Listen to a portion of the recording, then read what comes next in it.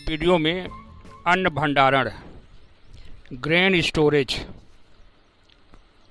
बचाव, अनाजों का बचाव, अनाजों का सुरक्षित रखना, इसके बारे में जानकारी लेंगे। देखिए, कमाना तो बहुत ही अच्छी बात है, लेकिन उसका बचाना सबसे अच्छी बात है। असल चीज़ वही है। अनाज का पैदा कर लेना ये तो कमाल की बात है ही है, लेकिन इससे बड़े कमाल की बात यह है कि उसको बचाना।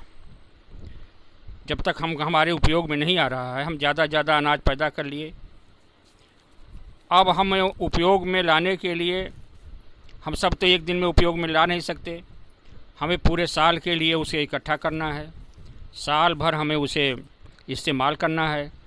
अब उसको हमें स्टोर भी करना है। कहाँ हम रखें, किस तरह से रखें कि हमारा अनाज ख़राब ना हो। इस तरह से सुरक्षित रखने के लिए अनाज को उपयोग में लाने से पहले और पैदा होने के बाद से लेकर के रखना, इसी को कहते हैं सुरक्षित अन्न भंडारण। ये ख़राब जो होते हैं, इसमें कीड़े लगते हैं अक्सर। जैसे चावल में चावल का घुन लग जाता है, अनाज में अनाज का पतंगा लग जाता है, गेहूँ वगैरह में तितली, उसमें घुन होते हैं, वो अंडा देती है, उड़ती रहती हो, छोटी सुरसुरी होती है। दाल में कीड़े लगते हैं और कई किस्म के कीड़े लगते हैं जो अनाजों को खाकर खोखला कर देते हैं। कभी कभी देखा होगा आप लोगों ने, गेहूं में गेहूं अगर रख दिया जाए, अगर उसको सुरक्षित नहीं रखा गया तो उसमें कीड़े रख करके और पतंगे लग करके दाने को खा करके खोखला कर देते हैं और वहाँ आटा हो जाता है। दाने में ऊपर का छिलका बचता है और नीचे सारे के सारे दाने आटा हो जाते हैं। इस तरह वो हमारे उपयोग के लिए नहीं रह जाता है। मटर में देखा होगा, इसमें कीड़े पड़ जाते हैं, भृंग, और अंदर ही बैठे रहते हैं। जब प्रौढ़ होते हैं तो बाहर निकल कर फट से उड़ जाते हैं, अपना वो दरवाज़ा खोल करके। इस तरह से अंदर अंदर खोखला कर देते हैं, बाहर की चीज़ बचती है जो हमारे उपयोग के लिए नहीं होती है।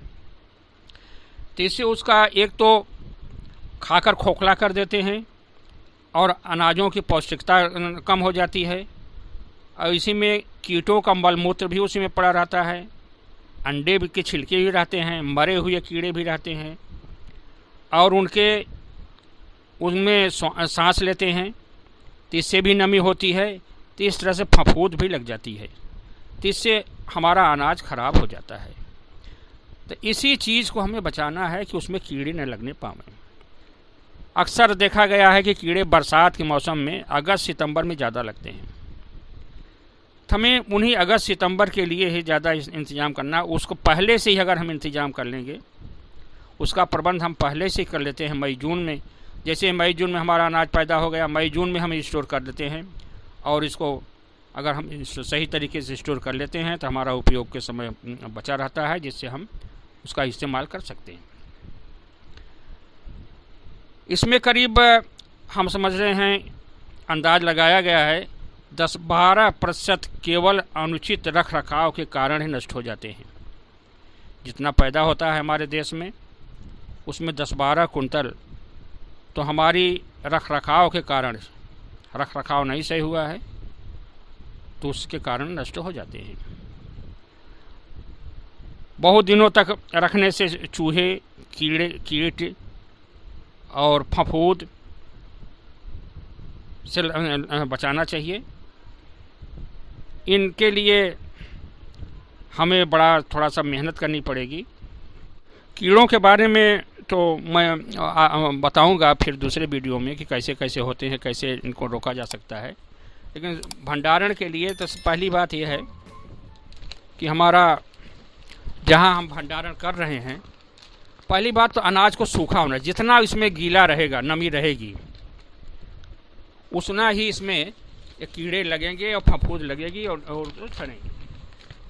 अगर इसमें नमी कम है, कोई भी चीज़ देखा गया कि अगर नमी कम है तो उसमें कीड़े नहीं लगते हैं। तो दाना इसको स्टोर करने से पहले हमें सुखा लेना चाहिए। सुखाने का नियम यह है कि हमारे गांव में भी देखते हैं, हम लोग भी जानते हैं कि इसमें सुखाने के लिए सबसे अच्छा तरीका यह है और आसान कि हम दांत से दबाते हैं। अगर वो कट्टे से बोल जाता है तो समझिए कि सूख गया है, ये स्टोर के लायक है।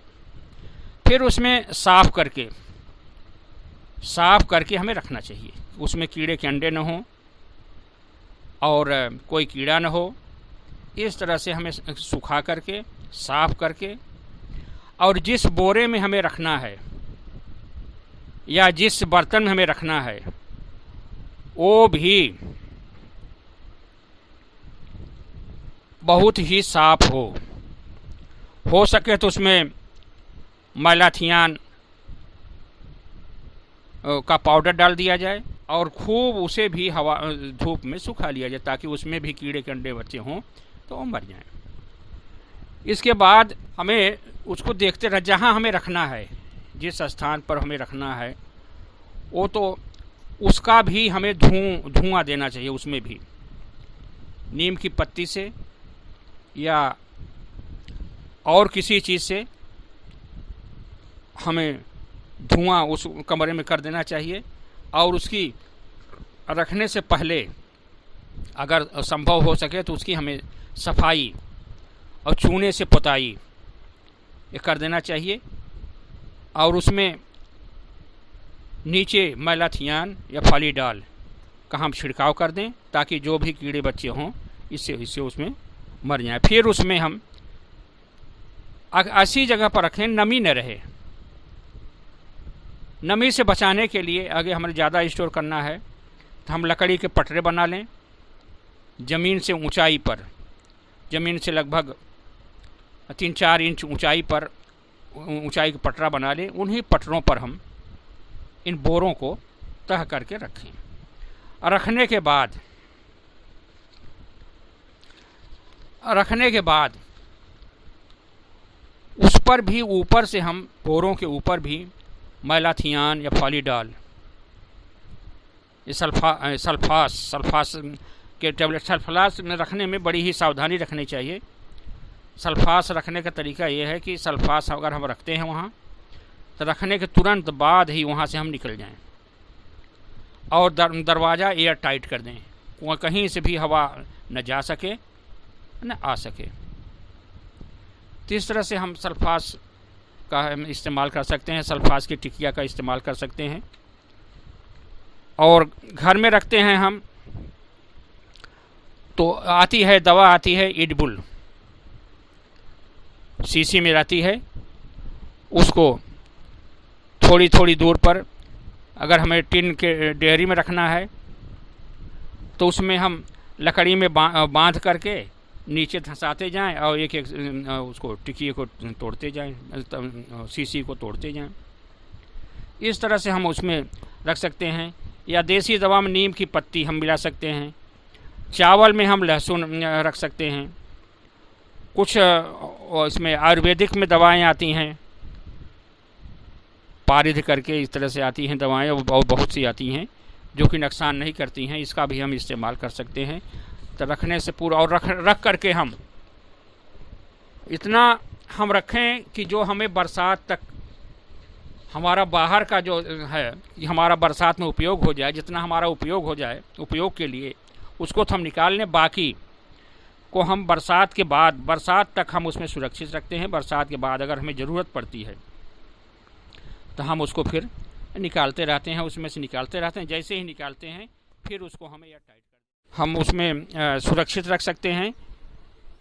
नीम की पत्ती, हल्दी का पाउडर भी लगा देते हैं लोग कभी कभी, लौंग, कपूर, इनसे भी हम उसका कीड़ों का बचाव कर सकते हैं। सूखे गेहूं में रखते समय अगर हम नमक की डली डाल देते हैं तब भी कीड़े कम लगते हैं। और चावल को करें, चावल धूप में न सुखावें, जिससे चावल टूटता बहुत है और चावल की महक चली जाती है, पकाने पर ठीक से पकता भी नहीं है। चावल में लौंग या लहसुन की कली डाल करके रख सकते हैं।